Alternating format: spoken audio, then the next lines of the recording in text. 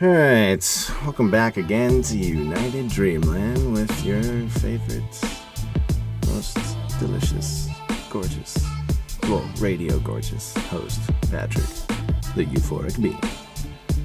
I'm just having, one of those kickback days. I just finished watching Mission Impossible Ghost Protocol.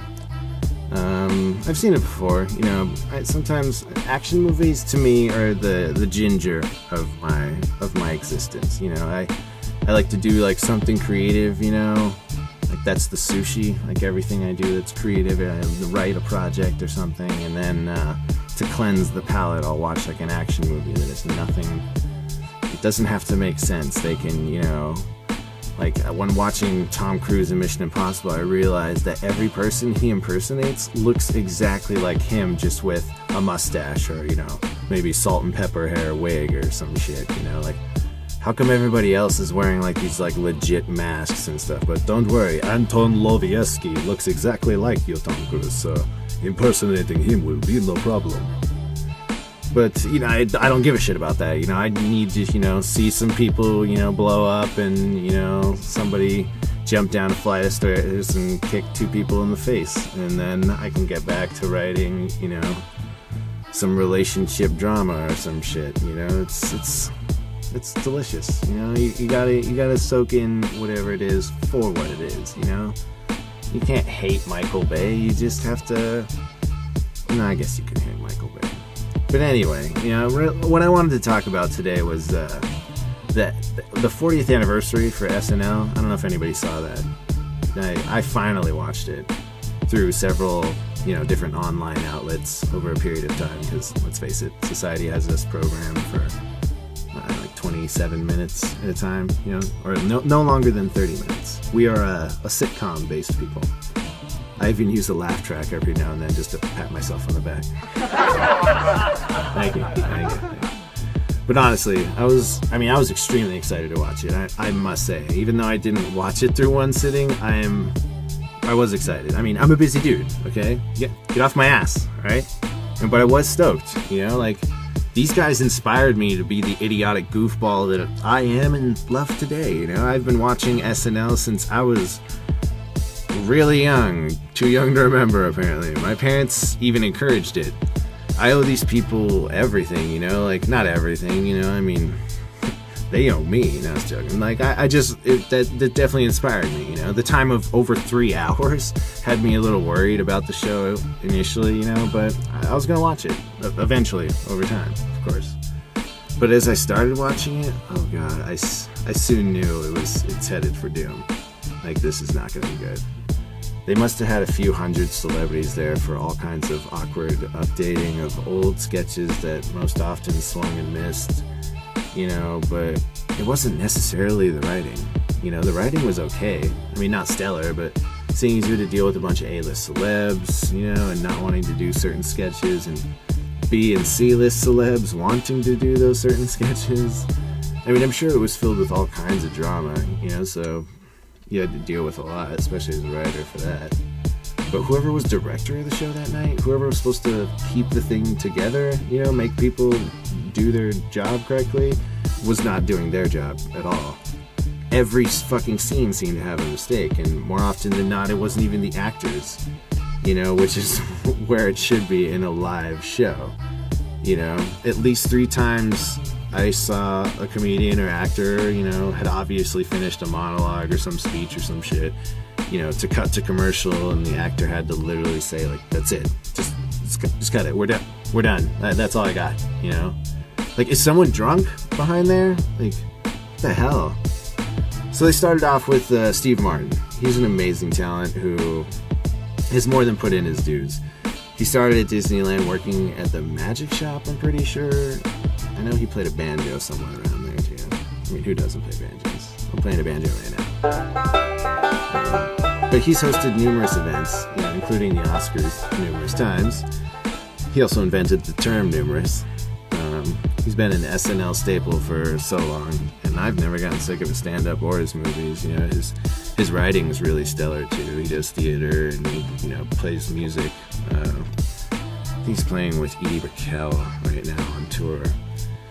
So the show started on a high note. I mean, it's Steve Martin, which is where it was supposed to end. But after he left stage, I thought, man, where could this end? You know, it's going to be so amazing. You know, it's going to reach the stars. But it wasn't. It was like a fucking clip show that every celebrity that had enough pull or potential or just plain money had to interrupt with their unfunny version of popular characters that were really only popular in their day. You know, Emma Stone did a rendition of Rosanna Dana, and it was just as funny as it used to be, which it wasn't, you know. So what's the point of fucking redoing that sketch? There's a million better sketches, you know. I never thought that sketch was funny. I hope Mad TV never has an anniversary, because we might see like Dakota Fanning in 10 years as Miss Swan. You know, that would be painful. So then Dan Aykroyd comes out to sell us the, of course, Bassomatic. This time it's the Bassomatic 2150 or some crap. And what has changed with this script? Nothing. No extra jokes, no zingers. I think I heard a snicker somewhere in the audience, but I think it was probably just Dan Aykroyd's face slowly falling off. You know, I'm sure it squeaks a little bit. Some of these guys are so old. So old. Robert De Niro came out of the door in the back, you know, to make his underacted intro of something, and I could swear I saw the door budge a little, and then it opened later, as if he couldn't open it and had to put his shoulder into it, you know? Those stage doors can stick, Robert. You watch out. He then almost bailed down those right-angled floor devices.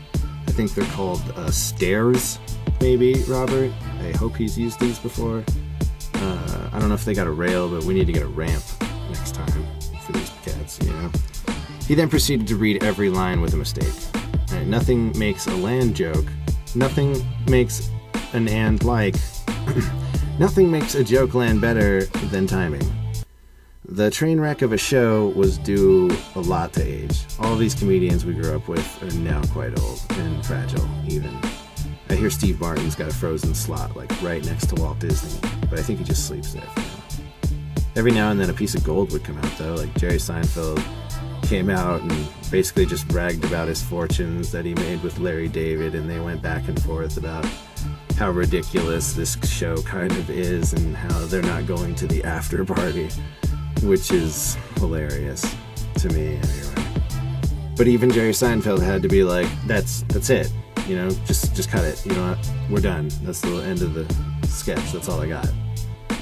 It was so awkward. I mean, the Celebrity Jeopardy they did was pretty decent. They managed to rotate in all of the best characters, like Sean Connery, my favorite, Burt Reynolds, with, you know, as Norm Macdonald as Burt Reynolds, Alec Baldwin's Tony Bennett, Jim Carrey as Matthew McConaughey, which is really funny.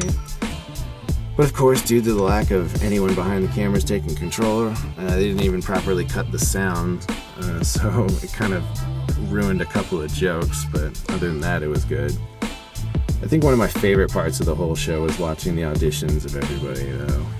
From Phil Hartman to Kristen Wiig to people that didn't even make the cut, like Kevin Hart, Zach Galifianakis, who are both perfectly fine without it as well. I mean, it was great to see people come up, you know, with original characters, and you realize how important the cast is.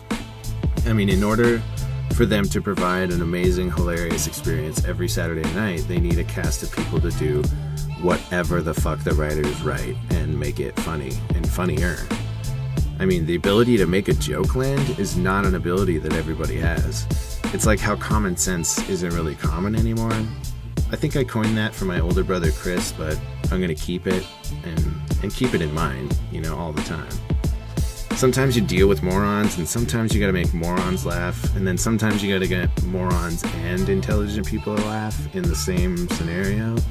It's not as easy as it sounds, you know? My point today is that just because one show is a wreck doesn't mean they all are. SNL is a staple, and I still enjoy it. I can't wait to see what the cast of the future looks like and how far the current cast will push the boundaries. I mean, that ISIS shit, oh my god, that was great. Controversial and all that crap, but crazy funny. And with the chick from 50 Shades of Grey, I mean, nicely done, SNL. Signing out from United Dreamland, Patrick, the Euphoric Bean. Peace, y'all.